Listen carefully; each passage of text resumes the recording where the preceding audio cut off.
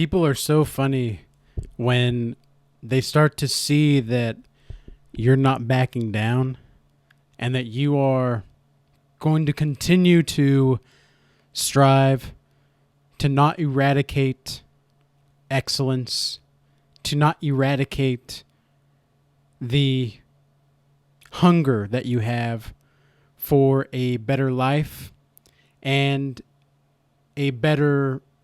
the better version of yourself, really.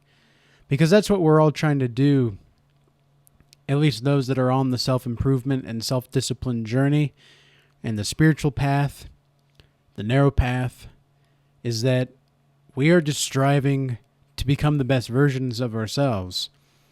And the hope is to inspire other people to do so as well. And a lot of the times, instead of being inspired by the things that you're doing and being encouraged to see that you can actually do what you are setting out to do, most of the time when people hate, it is because you are surprising them with your greatness. And it doesn't even have to be that you are the king of the world. I'm not even saying that I'm king of the universe or anything like that. All I'm doing is being better than I was yesterday. And that's what I'm hoping to encourage you all to do, is just to be better versions of yourself than yesterday. And plan for your future. A lot of the times we don't plan for the future and we don't set goals and we kind of become complacent because we don't know what our purpose is. When you lack a purpose, you can't really be great, I would say. How would you be great if you don't even know what you're here to do? I just see that as a fallacy. But I also want to talk about in this video triangulation and what exactly triangulation is. Now, for those that are unfamiliar with triangulation, triangulation is essentially where you see certain kinds of patterns to maintain a sense of control in the relationship by other people. This is most definitely a trait of narcissism, but what it could be is you being compared to your ex their ex in a relationship. Like your partner's comparing you to who they were with one time, and is trying to diminish your self-esteem. Or at work, for example, you could be doing your best and you're not getting recognized for it, and the other people that are not doing as good of a job as you anyway are actually getting recognized. Like, I remember feeling at this one job that I had, not going to say when or who or what was involved, but all of the women were being praised for being women. And they got extra special treatment for being women for a month. Like it was like the Woman's Month thing or whatever. And I just couldn't believe it. I was like, we're really celebrating the fact that their biology is what it is. I mean, I can appreciate it, but in the workplace, that seems very strange and inappropriate. It seems inappropriate to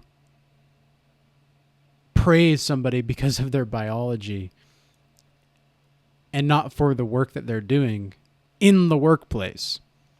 It just didn't seem to make sense to me. So that's one example as well. But I can also remember, like in parenting, there was a time where I would call it almost spiritual incest to some degree, where the parent or the grandparents or whoever is involved in the family dynamic is trying to make you take sides with certain people.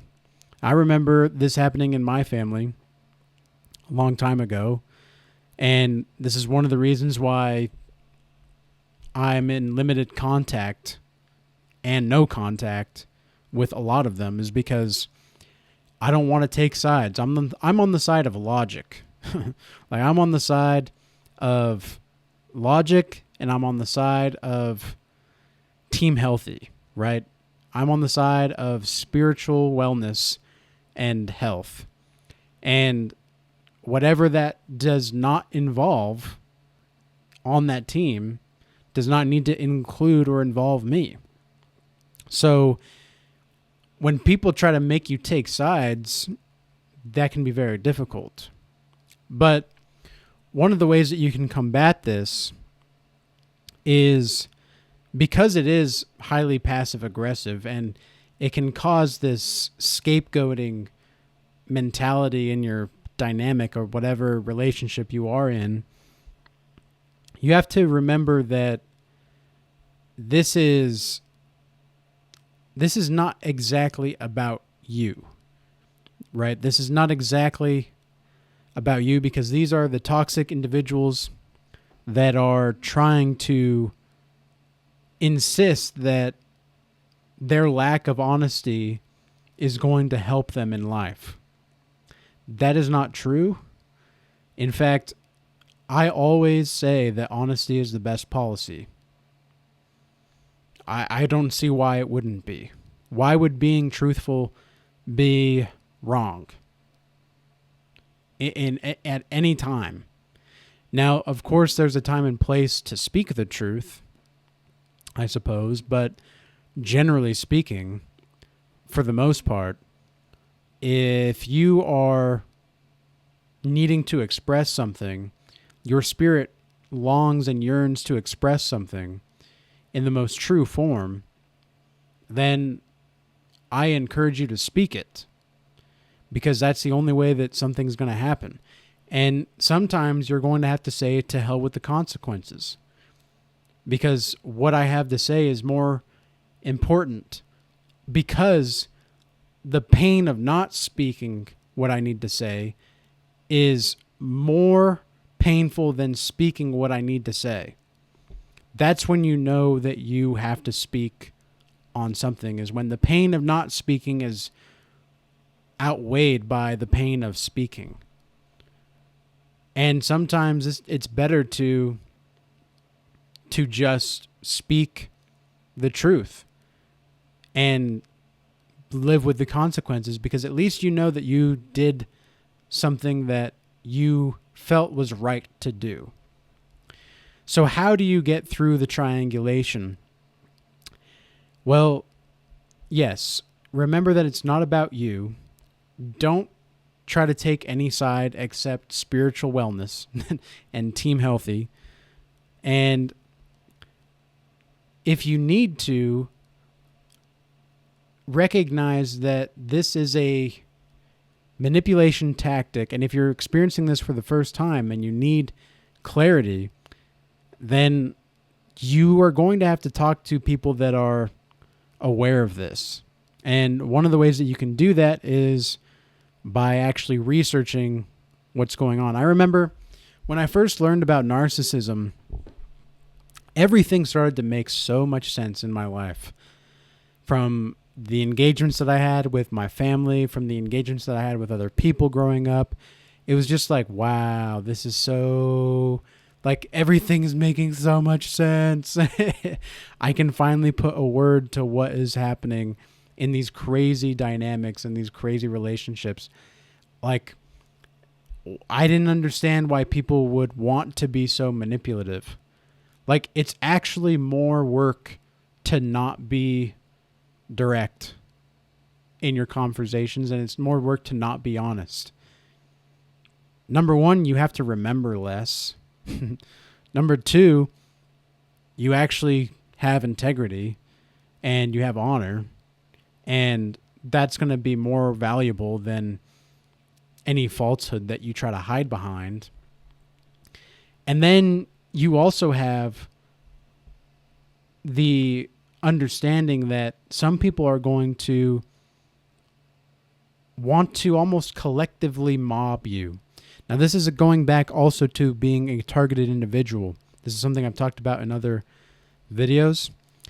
I had no clue I was a targeted individual until I just started to realize that things were not adding up.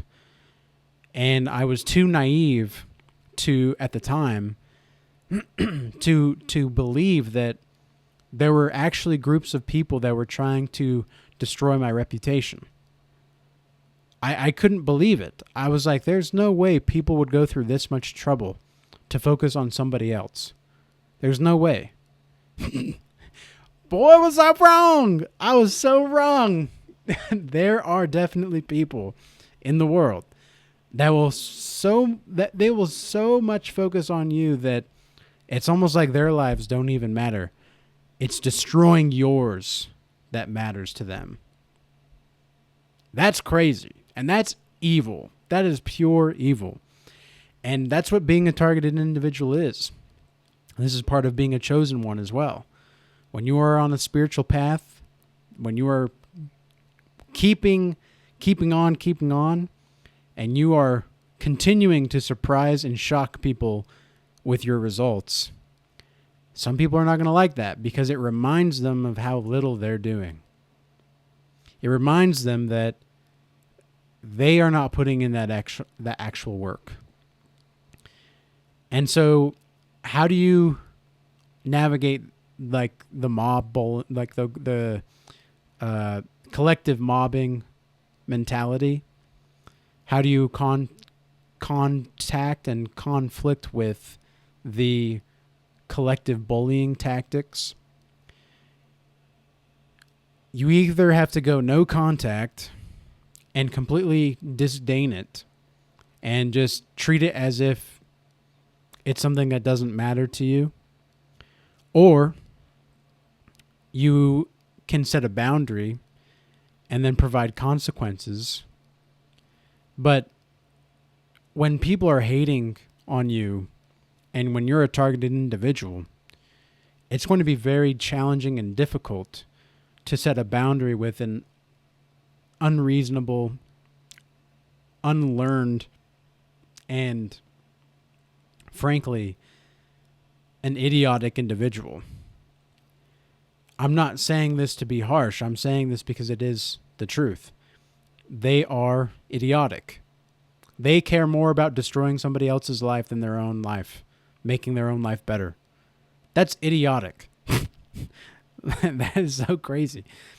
And I've had women in my past that have used the triangulation tactic with other men. They'll bring other men around, praise him around me, and the guy, and I know what's going on, and I don't pay attention to it, but they'll start complimenting the man to try to get my attention. That is another form of manipulation. And you know what they say, ladies and gentlemen? Karma is a bitch. And that is true. It's very true. Karma can be a bitch to those that, again, excuse my French, but I got to keep it real. Karma can be that because